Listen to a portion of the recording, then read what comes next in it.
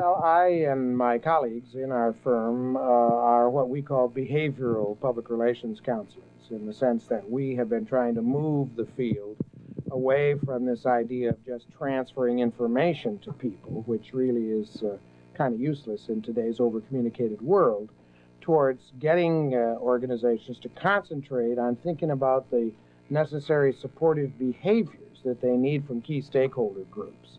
And so we've been very active with schools because, of course, in fact, we counsel school districts or school organizations in 37 states and 4 Canadian provinces, largely, of course, because they really need behavioral support. It's fine if the community thinks well of the school, but that doesn't buy you anything. The point is, are they supporting your political initiatives, your finance initiatives? Are they volunteering in the school? Are they trying to cooperate as you move towards new modes of education, or are they throwing up all kinds of roadblocks? And so since this is the essence of effective school public relations, it stands to reason that we would be right in the middle of it.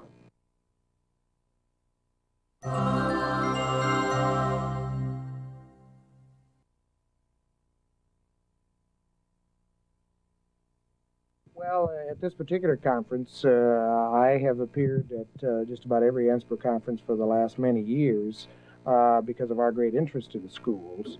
And at this particular conference, I've been talking about research and the absolute necessity. All good public relations begins with research. If you don't know what your key stakeholders are doing and thinking and feeling, clearly you're probably going to have a pretty great risk of missing the mark in trying to build a relationship with them and motivate their behavior. The problem is that the traditional modes of public relations research are not only very costly, but the simple fact is that time has passed them by. Most organizations still think of research as a pure statistical sample, and we've got all this data which we then crunch. The simple fact is that today, the life of that data is about 90 days. In 90 days, the world has changed, people have changed, and for a large statistical sample, frankly, it takes you 90 days just to handle the data and give a report. Furthermore, districts don't have that kind of money. And so I've been sharing with them a whole number of techniques for doing very low cost but highly effective research so that they can get some of the information that they need in a way that fits their time frame and fits their budget.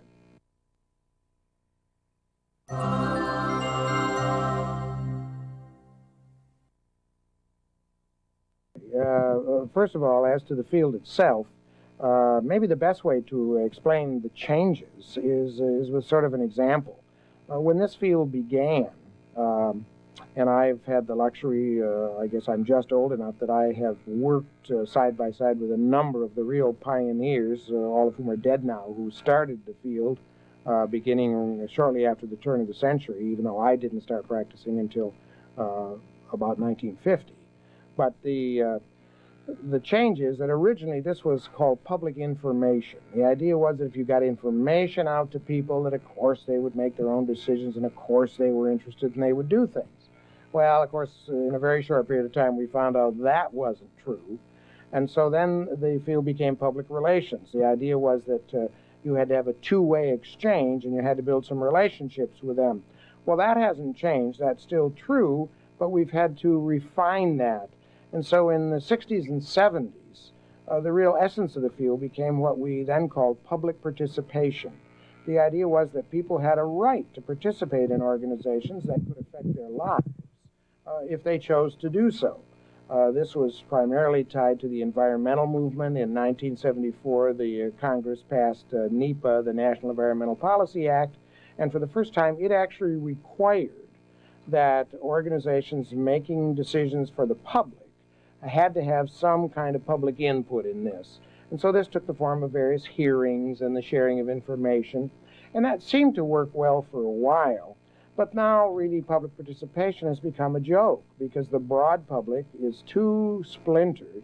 They don't give a rap about 9/10 of the things that they ought to care about. They're too busy. They haven't got time. And secondly, participation doesn't work anymore. If a school board, says, gee, we're going to have a new curriculum, we're going to call a hearing, everybody come, a handful of people show up. You're lucky if you get a handful. And so now the field really has become best defined by a new term, which we call stakeholder involvement.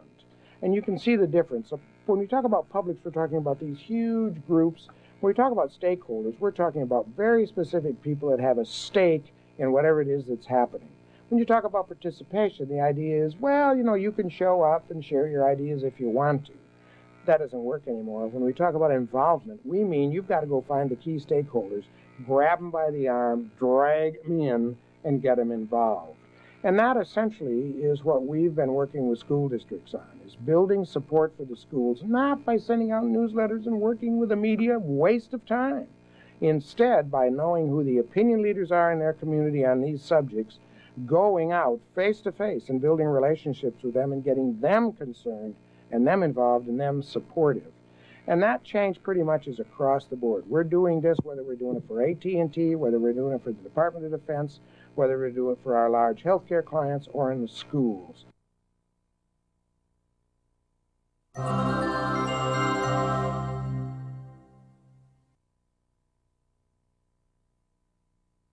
For professionals like the members of NSPRA, most of whom are public relations professionals in the schools, the job has switched from producing and manufacturing communications products like newsletters and brochures and media releases.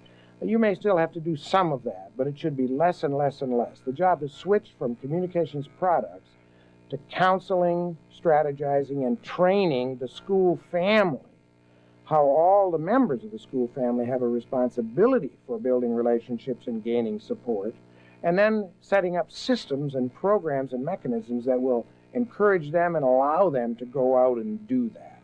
I think that's the main change. The role of NSPRA in all this is rather interesting. When I first got involved in public relations organizations in the 70s, my initial involvement was with the overall professional association, PRSA, the Public Relations Society of America.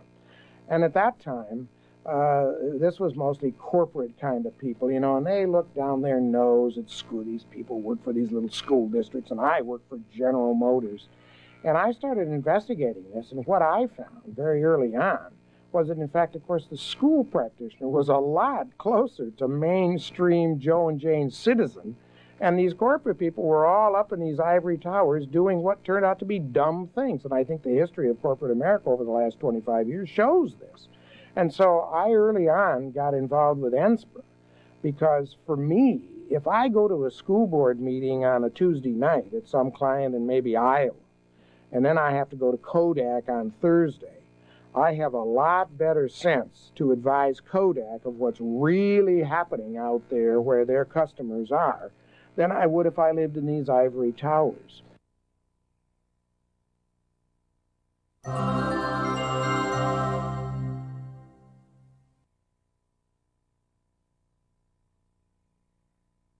NSPRA itself has been, I think, important in the history of organizational public relations for a number of reasons.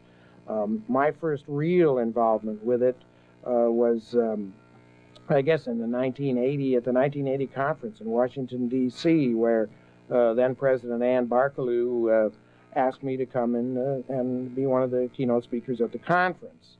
And that was sort of an interesting situation. I was national president of PRSA that year, and Ann was president of NSPRA, and a fellow named Dave Smoker, who later became a president of NSPRA, ran up to me at a PRSA meeting out in New Mexico where he lives, and he says, "You've got to meet this Ann Barkaloo person, our new NSPRA president. You and she are just exactly alike. You'd be a great team." And, you hear this all the time. I said, yeah. Well, later on, he arranged we did meet. And as fate would have it, since then, she and I have been probably as close as any two colleagues in the field, and I've counseled her when she's had corporate positions. We've worked together in NSPRA, PRSA, the Arthur Page Society. But in any event, she and I then decided that year that what really was necessary for school people, for example, and corporate people to understand each other and to realize that they're all doing the same thing, and it's not any different. So we started an organization called the North American Public Relations Council. And we got all 14 professional organizations in the U.S. and Canada to come to a meeting to see if we could start working together. And this NAPRC, as it's called, is still working along. I think it's going to do some good things for the field. And NSPRA has sort of been an inspiration to that for, I think, a number of reasons. The camaraderie of practitioners in NSPRA is much closer than any of the other organizations. I think I know them all. I've certainly done enough speaking at their meetings. I've helped a number of them merge together over the years. There's something about the school public relations people that they really do help each other and work together. This has been very slow, and you know, that's a mark of professionalism. I mean, people don't realize it, but one doctor calls another, and another lawyer calls another, and sure, they're both lawyers in the same town, and yes, they're competitors, but they're professionals more than they're competitors. I think in the corporate and the healthcare side of this field, people have tended to emphasize this competitiveness. And the school people from the very beginning have emphasized this open sharing of information. And now, several years later, after we've all worked together, you begin to see this professionalism, this sense of professionalism, work out across it, so that in the corporate clients that I work with, it's nothing, you know, for Ford to call GM and say, hey, guys, we got a little problem here. How did you deal with it? And I really credit the school people in our field with having brought that kind of idea forward. The other recognition that I think has occurred that's to NSPRA's credit, or more importantly, to the members of NSPRA, is that for a long time, a firm like ours, of course, a consulting firm, gets asked by all kinds of organizations to help them hire new people, particularly to hire new senior executives. And for a long time, it was just very hard to look. And what I've discovered along the way now, when people say to me, you know, we need some new people, where should I look? I tell them, look, go to the pool of really good school practitioners. And these corporate people look at me, or these government people say, well, you know, what could they possibly understand? I say, wait a minute. If you work for Motorola, for the first 10 years, you're going to do some little internal newsletters, and you're going to run errands and write some things. And I said, you could be a year out of school working for the Jonesville School District, and in that year, you're going to have a teacher's strike, you're going to have 20 groups of parents who are coming right off the wall. The superintendent is going to screw up several times. The teachers are going to fight with the administration. And by the end of the year, you will be a tested veteran. And the interesting thing is, I've been expounding this as a theory for years, and people on both sides kind of laugh. And then someone like Ann goes from being the public relations person for the Los Angeles County school districts, and the next thing you know, she's senior vice president for public relations of the third largest retailer in the United States with $25 billion in sales. She's one of 6 people running the organization. And there's just a whole long list now of other people who've done exactly that same thing. To me, that proves the point, that really school public relations people, I'm not sure they recognize it enough, but they really are probably closer to the tenor of what's happening in society. And because they represent education, which of course is that one thing that binds this country and all countries like ours, Canada for example, together, they're also out on the cutting edge of this incredible socio-political activity. And when you put all that together, I think NSPRA, in its years of sharing this information, of the publications, the conferences that it's done, has ended up training an absolutely superb group of people. And to me, that's the real historical change, is from being kind of, you know, off, well, gosh, we just work for the schools. And now I sense that, you know, they're more able to stand up and say, wait a minute, I am the public relations person for the local school district. And don't forget, we may be the largest employer in the community. We may be one of the largest budgets in the community. Not only that, we touch everybody in the community because all the children come to us, and everybody who lives here is a taxpayer that's a customer of ours. And as school practitioners take on that understanding,